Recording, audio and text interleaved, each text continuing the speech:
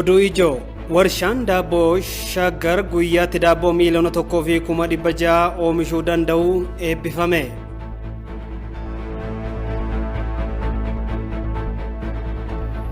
Godina Baalee fi Wallagga Baatti hojiin tola ooltummaa dargaggoota 400 ol hirmaachisee eegalame.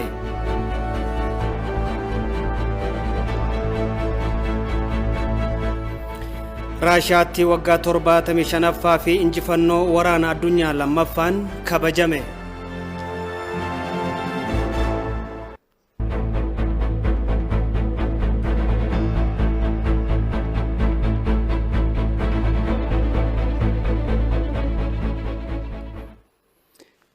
Akkam jirtu hordoftoota keenya kun ETV Afaan Oromooti. Oduu isinitti himuutiin kan isin waliin turu an Balaachoo Jabeessaati.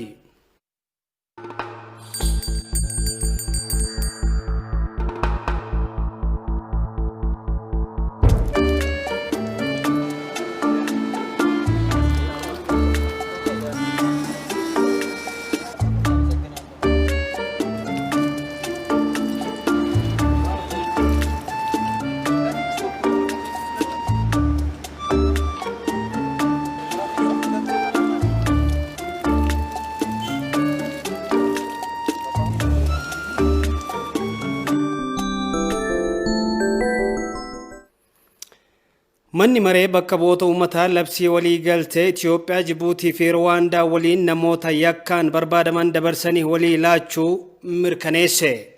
Manni marichaa walgahii idilee 17ffaa bara hojii 5ffaasaa galma walgahii waajjira muummee ministiraatti gaggeesseera. Miseensota komishinii araaraa hir'atan guutuu fi kaadhimamtoota muummee ministeerota Dr. Abiy Ahmediin dhiyaatan Darajjee Jambaruu, Obbo Damballaa Shaadate, Dr. Izraa Abaata, Aadde Faaxumaa Hasee, Gaaraad Kulmuu Muhammad bakka bu'umsaan isaanii raggaaseera. Alaabaa faaruu fi guyyaa Afrikaa irratti wixinee dhiyaatan irrattis mari'achuudhaan raggaaseera.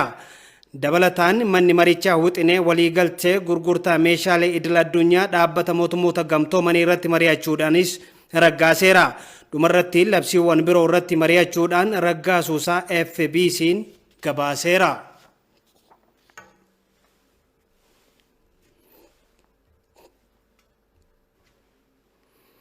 Warshaan daabboo shaggar guyyaatti daabboo miiliyoona 1,600 oomishuu danda'u bakka ministeerri muummee Dr. Abiy Ahmed argamanitti eebbise. Sirna eebbaa warshaa kanarratti argamuun ministeerri muummee Dr. Abiy Ahmed lammiileen hojiilee misooma itti fufinsaan biyya fayyaduu danda'an keessatti qooda isaanii akka bahataniif waamicha dhiyeessaniiru. Ministeerri muummee imala gara badhaadhinaatti ce'amuu fi eegalamesii gonkumaa hin gufatu jedhaniiru. Ababaayoo Kafanii dabalata qaba. Warshaan daabboo shaggar ijaarsi isaa bara kana eegale kan xumurame yoo ta'u guyyaatti daabboo miiliyoona 1,600 olii oomishuu danda'a. Warshaan kun walta'iinsa bulchiinsa magaalaa Finfinnee fi Midrook Itoophiyaa jidduutti taasifameen daabboo oomishee hawaasa magaalaa Finfinnee fi naannoo isheef gatii gadi aanaadhaan dhiyeessuuf kan ijaaramedha. Ministeerri muummee Dr. Abiy Ahmed sirna eebbaa warshaa daabboo shaggarii kana irratti argamuun haasawa taasisaniin warshichi cimanii hojjennaan hiyyummaa keessaa ba'uun akka danda'amu kan namatti agarsiisudha jedhaniiru. ይህ ፋብሪካ የዳቦ ፋብሪካ ብቻ አይደለም። Warshaan kun warshaa daabboo qofa miti. Carraaqii midhaan nyaatan of danda'uu fi dheebuu hiyyummaa keessaa baanee gara badhaadhinaatti ce'uuf qabnu milkeessuu akka danda'amu kan nutti mul'isudha.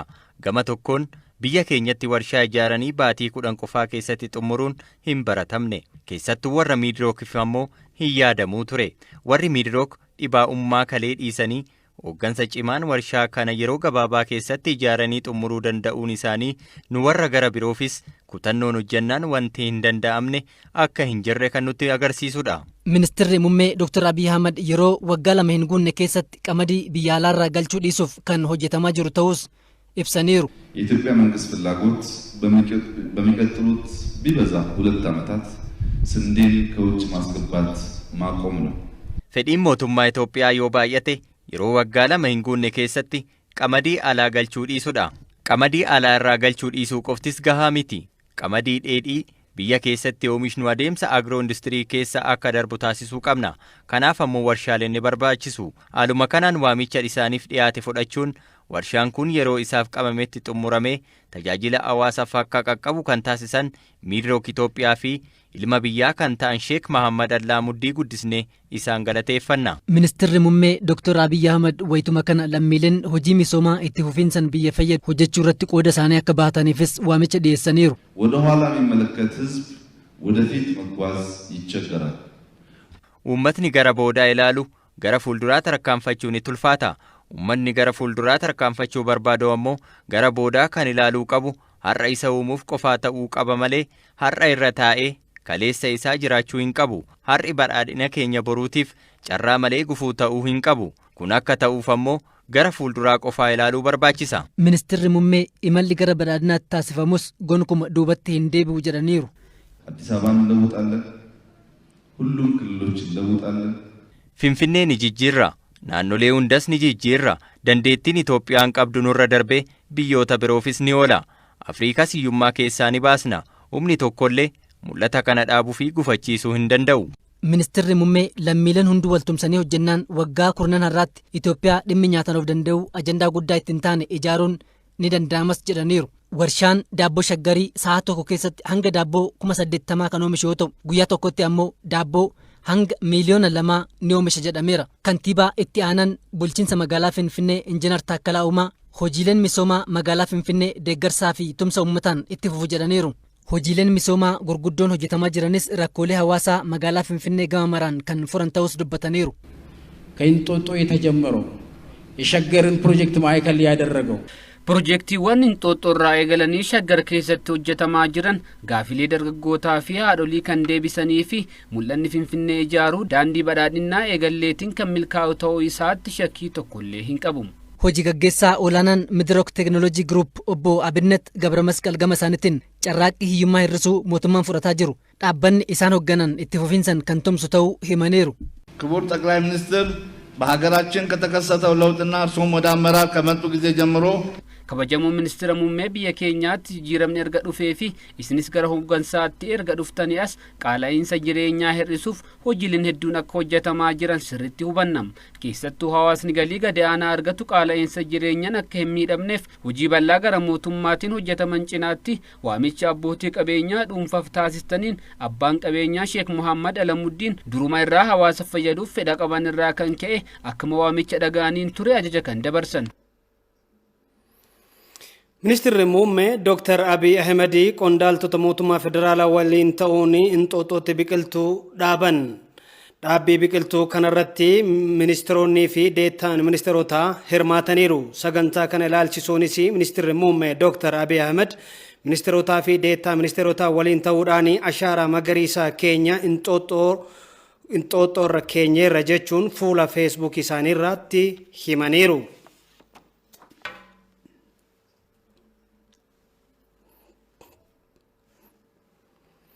Manni maree ministeerotaa qorannoo hojiilee ijoo xumuruun kallattii itti aanu kaa'eera. Manni marichaa gamaggama hojiilee ijoo bara 2012 xumuruun kallattii itti aanu kaa'eera. Hoogganaan pirees sekireetaraatii waajjira ministeera muummee obbo Nigusuu Xilahun akka himanitti gamaggamii mana maree ministeerotaa kaleessa calqabee har'a xumurameera. Guyyaa kaleessa hojiiwwan damee dinagdee jalatti argaman gamaggamuun kallattii waliigalaa kan itti kenname ta'uu obbo Nugusuun eeranii guyyaa har'aa ammoo raawwii hojiilee nageenyaa fi tasgabbii hawaasummaa akkasumas walitti dhufeenya alaa fi diipiloomaasii akka ilaalame himaniiru. Gama tasgabbii eegsisuu nageenya hawaasaa mirkaneessuutiin hojiiwwan cimanii itti fufuu qabus jedhameera. Bu'aa argames yeroo itti aanutti hawaasa biraan akka gahamus obbo Nugusuun himaniiru. Gama taasifame kanaan hojiiwwan bu'aan itti argamee fi hanqinoota jiran adda baasuun kallattii gara fuula duraa kaa'uun gamaggamichi xumuramuu himaniiru. Manni marichaa waltajjii kaleessa gaggeesseen raawwii manneen hojii 9 damee dinagdee jalatti ramadaman adda baasuus himeera. Gamaggamichi raawwii karoora ijoo manneen hojii ministeerotaa irratti rakkoowwan mudatanii fi hojiiwwan bu'aa qabeessa ta'an ilaaluun kallattii itti aanu irratti kan xiyyeeffate ta'us OBN gabaaseera.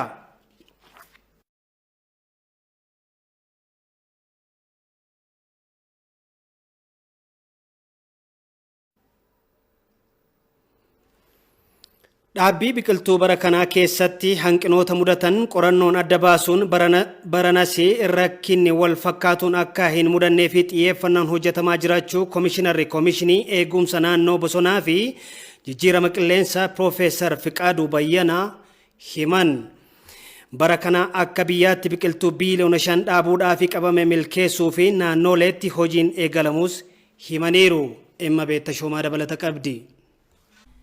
Bara 2011 akka biyyaatti dhaabbii biqiltuu ashaaraa magariisaa dhaabbatee ture keessatti qindoominni caasaalee hojii raawwachiisanii hirmaannaan uummataa fi hubannoo waloo uumuu irratti hojiin muuxannoo gaarii bara kanaaf ta'u uumamuudha. Koomishiniin Eegumsa Naannoo Bosonaa fi Jijjiirama Qilleensaa qorannoo argadheen adda baafadheeraa kan jedhu. Haa ta'u malee baroottan darban dhaabbii biqiltuu irratti akkasumas boollaa qopheessuu fi biqiltuuwwan dhaabbatan irra deebi'anii kunuunsuu waliin wal qabatee hanqinoonni akka jiran adda baafamanii bara kanatti rakkoowwan kunniin akka irraan deebi'amneef hojjetamaa jiraachuu Koomishinii Eegumsa Naannoo Bosonaa fi Jijjiirama Qilleensaa Federaalaa Piroofeesar Fiqaaduu Bayyanaa himaniiru. Biqiltuun dhaabbiif hin geenye akka dhaabamu tilmaamee itti galamee ture. Kana jechaan biqiltuun dhaabbiif ga'eetu dhaabamu ture jedhama malee biqiltuun dhaabbiif hin geenye yoo dhaabame bu'aa qabeessa ta'u. Lammaffaa immoo qophii boolla qopheessuu irratti iddoo adda baasanii qopheessuu irrattis ija ariitiin ta'eef bakka tokkotti namni illee dhaabuuf dhaqee bakka biqiltuu dhabeellee jira, boollallee dhabee jira, ofiisaa qofforee kan dhaabu inni akkasiillee sirrii miti. Gaafas qofforamee gaafas dhaabuu irra hin jiru. Karaa baay'ataas warreen gaddaa ija ariitiin ta'eef bakka tokkotti hanqinni baay'ataallee hin ture. Isas barana yerootti itti qophoone hundumtuu qaamni ilaalu sanas akka kontribiitii godhu hojiin hojjetamee jira. Rakkoo abbummaan biqiltuu dhaabuun kunuunsuu dhabuu waliin wal qabatee jiru furuudhaafis bara kana qabiyyeen lafaa qaama biqiltuu dhaabiif qophaa'aa jiraachuu fi karaa sanaan kan hordofamu ta'us Piroofeesar Fiqaaduun himaniiru. Biqiltuun abbaan qabne kan dhaabbanne yookiin biqiltuun kunuunsine kan dhaabne yoo jedhamallee darbee bakka tokkotti hanqinni kun ture. Kuni akka lammatatti hin deebamneef ammas kallattiin itti kenname. Hundumtuu abbaa godhatee akka dhaabbatu. Pooligoon koordineetan jedhamu GPS'n akka fudhatamu jechaan afur iddee 5 pooligoon isa duukaa bal'ina isaa baruu dandeenya. Eeriyaan irratti dhaabbatu bakka isaas baruu dandeenya GPS'tiin. Kaartaa qabaachuu. Kaartaa qabaachuu. Kana gochuun maal fayyada? Duukaa bu'anii ilaaluufillee baay'ee ni Akka biyyaatti hojii dhaabbii biqiltuu marsaa lammaffaa bara kanaatiif biqiltuu biiliyoona 5 ol dhaabuudhaaf qabame hojii kanaafis qophiin gahaan taasifamee jira jedhan Piroofeesar Fiqaaduun. Biqiltuun amma barbaannu ol qophaa'eera. Naannoo irraa ragaa arganneen horeen keenya gadi bu'ees haala isaa qoratee deemee jira. Naa biqiltuun qophaa'e baay'isanii hojjetamu. Biiliyoona 5 ol qophaa'eera. Akka naannoon nu kennanitti ragaa isaanii qabnan tokko isaanii naannoo. Egaa akkuma beekamu biqiltuu yennuma takkaa dhaabnee biraa deemna miti. Erga dhaabnee booda otu roobni hin bahin irra deemnee to'achuun dura jira. Yenna to'annu akka carraa ta'ee biqiltuun tokko goguu danda'a. Irraa immoo nyaachuu dandeessi. Ilbiisni waan keessaa qurupheen yookiin wanta akkasiis halkan baatee nyaachuu dandeessi. Innaa ilaalamee biqiltuun hin qabanne yoo jiraate deebnee bakka buusuun irra jira. Baruma kana jecha gannuma kana keessa. Kanaaf akkas isa qabanneetii ol ta'uunsaa baay'ee gaariidha. Bakka buusuuf carraa qabnaa jecha dafne. Yeroo kanattis carraan hojii uumamaatii jiru jajjabeeffamuu qabas jedhanii jiru. Hojiin eegumsa biyyoo fi bishaanis ta'ee dhaabbiin biqiltuu akka biyyaatti hojjetamu bu'aa ijaan mul'atuun alatti faayidaa alkallattii qabaa kan jedhan Piroofeesar Fiqaaduu Bayyana bishaan guddaa laga Abbayyi har'a madda wal dhabdee ta'aa jiru. Kanas akkuma maddoota bishaanii biroo yeroon dhiyoo kunuunsi gahaa hin godhamneef miidhaa gahuu danda'u gamanumaa hubachuun biyyoonni ollaa jiran mormiidhaaf harka dheereffachuu osoo hin taane hojii eegumsa naannawa madda lagichaatti Itoophiyaan gaggeessaa jirtu cinaa dhaabbachuun tumsuu qabaniyyuu jedhan. Silaa otoo akka waliigalteen jiraatee fageessanii yaadu ta'e isaan nu gargaaruutu malee wanta akkasii irratti baay'ee fayyadamoo kan ta'an isaanii jechaadha. Muktiin jiru taanaan lafti dirreen qullaa fennaan bishaan hin jiru. Hidhaan sun illee faayidaa hin godhu jechaadha. Umuriin isaallee baay'ee gabaabbata. Isaan silaa akka nuti qabeenya uumaa keenya kunuunsin nu gargaaru wajjin hojjechuun wal cimsuutu irraa eegama ture. Itoophiyaan akka biyyaatti bara 2030tti uwwisaa bosona ishee harkaa 30tti ol guddisuudhaaf hojjechaa jirtis jedhamee jira. Qorannoo laaboraatoorii sa'aatii 24 darbe keessa namoota 4,675 fi taasifameen namoonni dabalataa 141 vaayirasii koronaatiin qabamuun mirkanaa'uusaa ministeerri fayyaa beeksise. Namoonni dabalataa 58 vaayirasichaan kan dandamatan yoo ta'u 3 ammoo dhibee kanaan du'aniiru. Kan gabaasa har'aatiin ifa ta'ee dabalatee Itoophiyaa keessatti waliigalaan hanga ammaatti namoonni 5,175 vaayirasii koronaatiin qabamaniiru. 1,544 vaayirasicharraa dandamataniiru. 81 ammoo du'aniiru. Namoonni dabalataa vaayirasichaan qabamuun mirkanaa'ee dhiira 81 dubartoota 60 yoo ta'an umuriin isaanii ji'a 2 hanga waggaa 87 ta'u ministeerri fayyaa Dr. Liyaa Taaddasa beeksisaniiru. Isaan keessaa 139 lammiilee Itoophiyaa yoo ta'an 2 ammoo lammiilee biyya alaati jedhameera.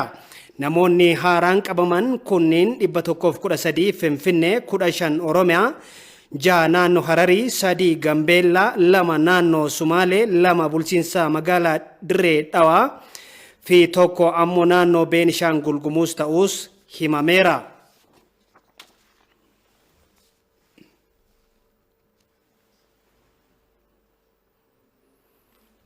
Waldaan ogeessota fayyaa Oromiyaa biiroo fayyaa naannichaa waliin ta'uun ittisa weerara vaayirasii koronaa irratti xiyyeeffannaan hojjetaa akka jiru beeksise. Hawaasa biraa of dagannaan waan jiruu fi ittisa vaayirasichaa irratti ciminaan hojjechuun barbaachisaa ta'us miseensonni waldichaa ETV Afaan Oromootti himaniiru. Hawwii Taaffasaa dabalata qabdi.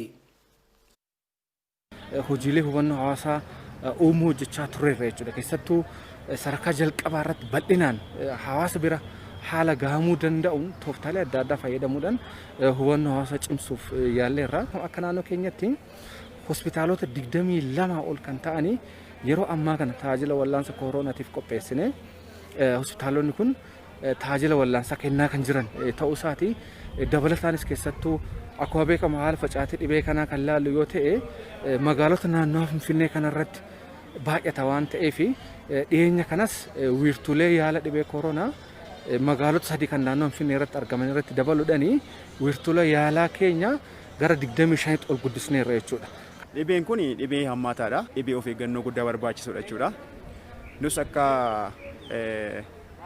waldaa ogeeyyii fayyaa Oromiyaatti yookaan immoo qindoomina biiroo eegumsa fayyaa Oromiyaa wajjin waliin ta'uudhaan erga weerarri dhibee koronaa vaayirasii kun biyya galee kaase tokkoffaatti uummata keenya barsiisu hawaasa keenya keessa gallee karaa akkamittiin keenya darbuu danda'u akkamittiin keenya namoota miidhuu danda'u isaan erga barsiifnee booda isaan irratti hundaa'anii immoo hawaasni keenya immoo eeggannoo isaan gochuu qaban maal akka ta'e isaan illee barsiisaa turre. Bitootessa 4 bara 2012 gaafa nama tokko argame namni baay'een rifatee hojjettoonni illee baay'een isaanii hojiirraa waan hafan tokkotti gahee ture. Takka jedhamee gaafa jalqabamu magaalli keenya Finfinnee maal akka fakkaatu hundi keenya ilaalleerra. Qorannoo reeffaa irratti namoonni baay'een dhibee kanaan akka qabamanis mul'achaa jira. Inni kun maal garsiisa? Dhokateet hawaasa keessatti jiraachuu isaa mul'isa. Ammallee dagannoo baay'eetu jira. Dagannoon kun immoo waan hin taane keessatti waan nu galchuu danda'u. Ani ammas hawaasni keenya wanti kun akka laayyeetti ilaaluu hin qabnu. Waldaan ogeeyyii fayyaa Oromiyaa immoo ogeessota fayyaa Oromiyaa keessa jiran hundumaaf awareness laachuudhaan biiroo eegumsa fayyaa Oromiyaa waliin kallattii hundumaan dhimma inni jalqabaa inni guddaan waldaan kun irratti hojjetaa jiru ittisa irratti. Dhukkubi kun akkuma dura ka'ee ture kaleessa dheengaddaa akka addaatti ilaalamaa ture yeroo amma baay'inaan bulee ka'ee wantooti argaa jiru dhukkubi kun baay'ee daddabalaa jira. Haala facaatii yookiin tireendii dhibee kanaa kan laallu yoo ta'e dabalaa jiraadha. Ji'oota muraasa asitti yookiin torbeewwan muraasa asitti dabalaa jiraadha. Kuni ka'umsi yookiin rakkoon isaa inni tokko tatamsa'inni dhibee kanaa sadarkaa hawaasaatti kan jiru ta'uu isaa mul'isa. Dagannaa uummata wajjin wal qabatee hawaasni hubannoo argate jijjiirama amalaa fiduu dadhabuu wajjin wal qabatee dhibeen kun dabalaa akka jiru hubachuun danda'ama. Dhibee kanaa fi qorannoo laaboraatoorii iddoo adda addaa sadarkaa hawaasaatti gadi bu'ee dabalaa waan jiruuf namoota hedduurra saamuudni fudhatamaa waan jiruuf dhukkubsattoonni hedduun akka adda bahan ta'aa jira jechuudha. akka biyya keenyaatti amaleeffannoo tokko jira. Namni keenya hin dhagaa malee waan dhagayu jirre hin oolchu. Utuma dhaga'u miidiyaa irraas karaa sooshaal miidiyaa, karaa reediyoo, karaa televezyiinii, karaa leenjii adda addaa utuma kennamaa jiru dhaga'uutti rakkoo jira jechuudha. Kanaaf hawaasni keenya of eeggannoodhaan wanta ogeessonni fayyaa mootummaanis ministeera of heelziin gadi buusu kana dhagaanii hojiirra yoo hin oolchu ta'e dhibeen kun salphachaa deema. Yeroo dhiyootis keessa ba'uu hin dandeenya waan jedhamu amantaan qaba. Dargaggoonni godina Baalee fi Wallagga Bahaa hojii tola ooltummaa hojjechuun qalbii namaa gammachiisaa jedhan. Godinaalee lameenitti hojiin tola ooltummaa dargaggoota 400,000 ol hirmaachise eegalameera. Gabaasaa godinoota lameenii Abdul Naasir Jamaaltu qindeesse. Godina Baaleetti hojiin tajaajila lammummaa dargaggoota 200,000 ol hirmaachisu magaalaa Goobbaatti eegalameera. Sagantaan kunis dhaabbii biqiltuu, arjooma dhiigaa, manneen namoota harka qal'eeyyii suphuu fi ijaaruun jalqabame. Dargaggootaa fi bakka buutonni qaamolee hawaasa garaagaraa hojii tajaajila lammummaa kanarratti hirmaatan gorsa ogeeyyii fayyaa hordofuun vaayirasii koronaa ofirraa eegaa waan dandahaniin hawaasa isaanii tajaajiluuf qophii ta'uu himaniiru. Tola ooltummaan ofirra taranii nama biraatiif deeggarsa taasisuudha. Kana keessatti bu'aa guddatu natti dhaga'ama. Ilmaan Oromoo ammootu durirraayyuu jalqabee aadaa wal gargaarsaa qabna, rakkataa kenna, beelaa kennan deeggarraa, akka mana hin qabne manatti ijaarraa. Kanaaf kenni tajaajilaa kun dhimma lammummaa, dhimma guddaa wanti xiyyeeffannoo argateetiin dalagamuu qabu. Itti gaafatamtuu waajjira dhimma dubartootaa, daa'immanii fi dargaggootaa godina Baalee Aadde Fayyisee Alamuu godinichatti hojii tajaajila lammummaa dargaggoota 200,000 ol hirmaachise eegalamuu himan. Kunis baasii baajata mootummaa birrii miliyoona 17 fi 500,000 kuusaa mootummaatti akka hafuun taasisa jedhan. Dargaggoota 247 hirmaachisne jennee qabanne dubartoota immoo umrii isaanii waggaa 35 ol kan ta'an kan dargaggeeyyiin ta'in 60,000 hirmaachifne jennee karoorfanneerra. Kana keessattuu baasii qarshii miliyoona 17.5 baasii mootummaa hin hambisne jennee karoorfanne. Bulchaan godina Baalee obbo Ahmad Hajjii dargaggoonni hawaasa isaanii tajaajiluu danda'an umriin osoo hin daangeffamin hojii tola ooltummaa irratti akka hirmaatan waamicha dabarsaniiru. Namni umriin isaa 18 ol ga'ee namni sabni keenya lammiin keenya hundumtuu irratti hirmaachitu irra jiraata. Amma tokko nama gargaaruun satisfaakiin yookaan gammachuu namaaf kenna. Gara biraatiin ammoo namoota rakkataa diinagdeedhaan miidhaman kanaaf jiruuf jireenya isaanii waan jijjiiruu danda'u wantoota amma duratti tuqe kana hojjechuuniif baay'ee murteessaadha. Kanarraa ka'uudhaan aanaa hundarratti ganda hundarratti hojiin kun bal'inaan hojjetamaa jechuudha. Haaluma wal fakkaatuun godina Wallagga Bahaattis sagantaan hojii tajaajila lammummaa dargaggoota 200,000 ol hirmaachise eegalameera. Itti gaafatamtuu waajjira dhimma dubartootaa, daa'immanii fi dargaggootaa godinichaa Aadde Imabeet Bayyanaa sagantaan tola ooltummaa ganna baranaatiin gandootaa fi magaalota godinichaa hunda keessatti hojiiwwan garaagaraa 47 ni hojjetamu jedhan. Aanaalee qabnu 17 irraa fi akka aanaa kanaatti gara namoota 200 ol hirmaachisne kennisa tajaajila tolaa kanaan kan hojjechuu qaban kanneen akka harka qalleeyyii deeggaruu, daa'imman daandii irraa kaasuu deeggaruu, ijoollee haadhaaf abbaan qabne deeggaruu kaasuu, manneen dadhabaa ijaaruu, suphuu, manneen barnootaa ijaaruu, suphuu kan jedhuu fi kanaaf kan kana fakkaatu gosa 47 ol karoorfannee jirra. Bulchaan itti aanaa godinichaa obbo Darajjee Abarraa gama isaaniin hojii tola ooltummaa bara kanaa kana waggaa darbee irraa muuxannoo fudhachuun kan geggeeffamu ta'uu himan. Waggaadhaan baroota hedduudhaaf hojiin kun hojjetamaa ture. Keessumaa waggaa lamaas hojiin keessumaa dhaabbii biqilaadhaan wal qabatu hojii fakkeenyummaa qabuuf namatti toludha. Dhibee koronaadhaan kan wal qabatu dhukkuba hammaataa bara kana keessatti midhaan walitti qabuudhaan, qarshii walitti qabuudhaan, dhiiga laachuudhaan namni ga'ee isaa karaa adda ta'een ba'aa jira. As keessatti immoo dargaggoonni keenya dhugaa dubbachuudhaaf hojii tola ooltummaa isaanii hanga dhiiga isaaniitti kennutti ga'ee isaanii taphachaa jiru. Dargaggoonni godinichaas hojii tola ooltummaa kanarratti hirmaachuun gahee lammummaa isaanii bahuuf qophii ta'uu dubbatan. Anis akka dargaggoo tokkotti na ilaallata jedhee guyyaa har'aa kana dirqama irraa eegamu bahuudhaaf qophaa'ee baheera jechuudha. Yeroo baay'ee harmoolii keenyaaf akkasuma daa'imman akkasumallee obbolaan keenya sababii garaagaraatiin miidhaan adda addaa irra ga'ee yeroo itti dhiiga isaan barbaachisu waan jiruuf kanarraa ka'uudhaan namoota dhibeen akkasii kun isaan qunnameef dhiiga kan arjoomuudhaaf na kakaase jechuudha. Daawwattoota keenya ammoo gara odeeffannoo biyya alaatti argannetti wayita dabarru Raashiyaatti waggoota 75 injifannoon waraanaa addunyaa lammaffaa kabajame. Gama biraatiin fooyya'insa heera mootummaa bulchiinsaa pirezidantii Vladimir Puutiniin akka lakkoofsa faranjoota hanga bara 2036tti aangoo irra tursiisu murtoon uummataaf kan dhiyaatu ta'uu himameera. Awwal Hussein dabalata qaba. Caamsaan sagal Raashiyaatti waggaan guyyaa xumura waraana addunyaa lammaffaa fi injifannoo naazii irratti galmeeffame sababeeffachuudhaan sadarkaa biyyaalessaatti kabajamuudha. Barana garuu sababa weerara vaayirasii koronaan yeroo isaatti kabajamuu baatus guyyichi waxabajjii 17 yeroo 75ffaaf yaadatamee ooleera.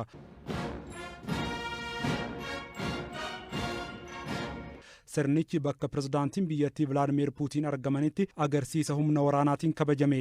Humni lafoo fi humni qilleensa biyyattii meeshaalee waraanaa ammayyaa Raashiyaadhaan hojjetaman magaalaa Mooskoo addabaabaayii diimaa mallattoo warraaqsa Sooviyetii jedhamaa turetti hawaasa addunyaatiif agarsiisaniiru.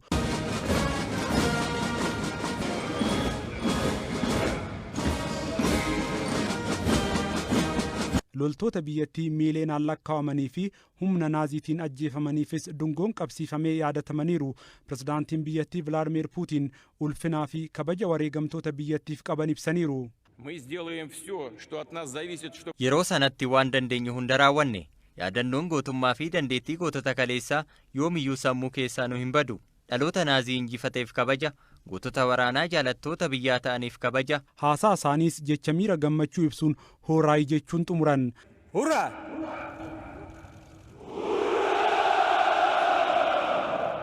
Raashiyaatti yeroo namoonni 600 ol vaayirasii koronaan qabamuun isaanii mirkanaa'ee fi guyyaa guyyaan giddugaleessaan namoonni 7,000 vaayirasichaan qabamaa jiranitti addabaabayitti qophiileen akkanaa uummata hirmaachisuun qophaa'uu isaatiin dhaabbileen fayyaa garaagaraa hooggansa biyyattii qeeqaa jiru. Namoonni jila agarsiisa humna waraanaa irratti hirmaachuun guyyaa injifannoo isaanii kabajan garuu yeroo kamiiyyuu wareegama lubbuunuuf kafalame yaadachuu qabna jedhu. Gama weerarichaatiin balaa jiru ni hubatta. Gama biroon garuu ayyaana biyyaalessaa kana dhokatanii manatti hafuun nama qaanessa. Abbootiin keenya waan hunda dhiisanii nuuf wareegaman. Niikoolaay Yaarkoof gameessa waraanaa soorama bahaniidha. Akkuma naazii injifanne vaayirasii kanas ni injifanna. Waggaa 75ffaan injifannoo kun agarsiisota waraanaan kabajamuunsaa irree Raashiyaa, Ameerikaa fi michoota Ameerikaa Awurooppaa jiranitti agarsiisuuf jedhamaa jira. Yeroo jala bultii fooyya'insa heera mootummaa biyyattii pirezidaantichaaf turtii aangoo dheeressutti kabajamuunsaas qophichi hiikoo siyaasaatiif bifa addaatiin akka qophaa'e kan agarsiisudha jedhamaa jira. Dhalataan magaalaa Seent Piitersberg barnoota seeraa hanga digirii 3ffaatti kan baratan miseensa dhaabbata basaasa gamtaa Sooviyetii durii KGB kan turan Raashiyaa ministeera muummee ta'uun kan tajaajilanii fi amma pirezidaantummaan hoogganaa kan jiran Vladimir Vladimirovich Puutiin erga hoogganaan Sooviyetii durii Joosef Staaliin du'ee booda hoogganaa jabaa Raashiyaan argatte ta'uutu himama. Garuu ammoo abbaa irree ta'eera jechuunis ni qeeqamu. Fooyya'insi heera mootummaa murtoo uummataaf dhiyaates akka lakkoofsa Awurooppaa hanga bara 2036tti aangoorra akka turan kan taasisudha. Mormitoonni tarkaanficha abbaa irrummaa fi farra dimokiraasii ta'uu isaanii kan agarsiisudha jedhu. Deeggartoonni isaanii garuu Vladimir Puutiin Raashiyaa jabduu fi sodaatamtuu diigamuu gamtaa Sooviyetiin duratti turte deebisuuf halkaniif guyyaa ifaajaa jiru jechuun jaju. Hundumaafuu gameessi siyaasaa umrii 67 Vladimir Puutiin dambalii lolaa fi mormii gamaa gamanaa dhagahamu. Malaanis lolaanis ukkaamsaa mul'ata Raashiyaa jabduu ijaaruu jedhu qabatanii imala isaanii itti fufaniiru.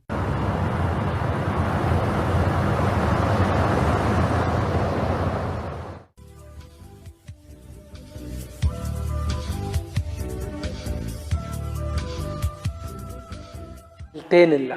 Obbayaa. Ilteenilla. Ijarraa hafaa. Ilteenilla. Ijaarama. Dubartii taateef beerran taateef siinqee ni qabatu. Siinqee waraana beeraati. Siinqee fi bokkuun maal waliiti? Wayyuuf wayyitti jedhanii. Siinqeen waraana dubartiiti jedha. Yoo maal waraana ta'e? Aangoo walqixaa qabaachuu isaanii kan ittiin wal madaalanii jecha. Siinqee fi bokkuu wayyittii fi wayyitti jireenya hawaasaa keenya keessatti maal waliiti? Siinqeen murtiin isii akkanumaan cidha callaan yookaan malkaa callaan dhaquu miti. Yoo dubartiin siinqee galchite irraan tarkaanfachuun hin danda'amu. Abbaa gadaa ta'e abbaan fedheeyyuu murtiin sun duuba deebi'uun ala fal biraan. Ijarraa hafaa, ija arnyaasaa irraa hafaa, ijarsa gaaraa ta'a, korma nyaaraa ta'a, Oromoo biifaa ta'a, biiftuu ganamaa ta'a. Foffola. Maataan dambala waan joon jangala.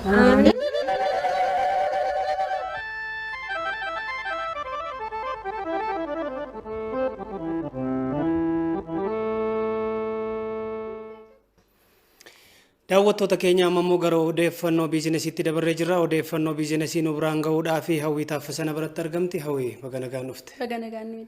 Itti fufi. Hayyee galatoomi.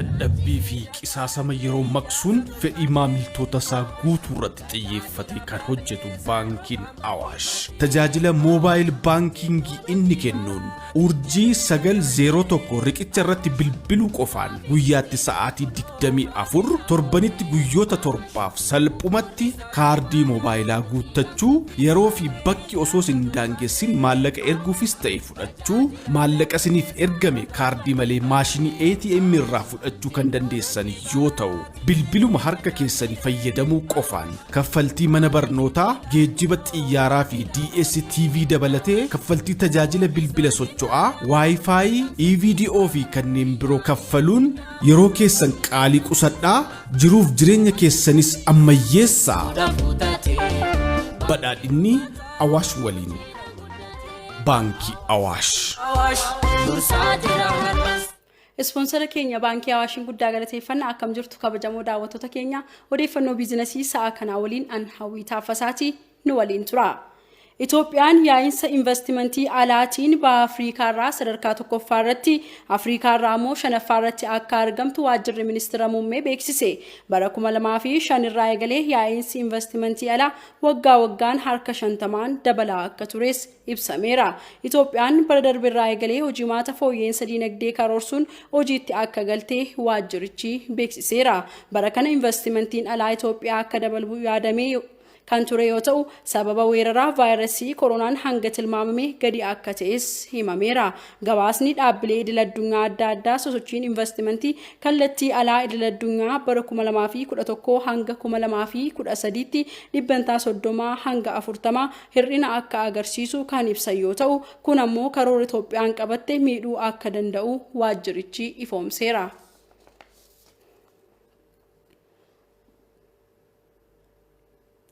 Ministeerri muummee Dr. Abiy Ahmed giddugala suphee itti hojjetamu daawwatan. Daawwannicha irratti kantiibaan itti aanaa bulchiinsa magaalaa Finfinnee Injiinar Taakkala Uumaa fi hooggantoonni mootummaas argamaniiru. Haadholii giddugalicha keessa hojjetaniif ministeerri muummee Dr. Abiy Ahmed baga gammaddan jedhan. Bu'aa dhamaatii keessanii arguu kootiifis gammadeera jedhan Dr. Abiy. Giddugalicha baatii tokko keessatti ijaarsi isaa xumuramuun sanbata darbe eebbifamuun isaa ni yaadatama. Giddugalichi haadholii ogummaa suphee irratti bobba'an 1,000 oliif bakka itti hojjetanii fi gurgurataniif kan tajaajilu akka ta'es himameera.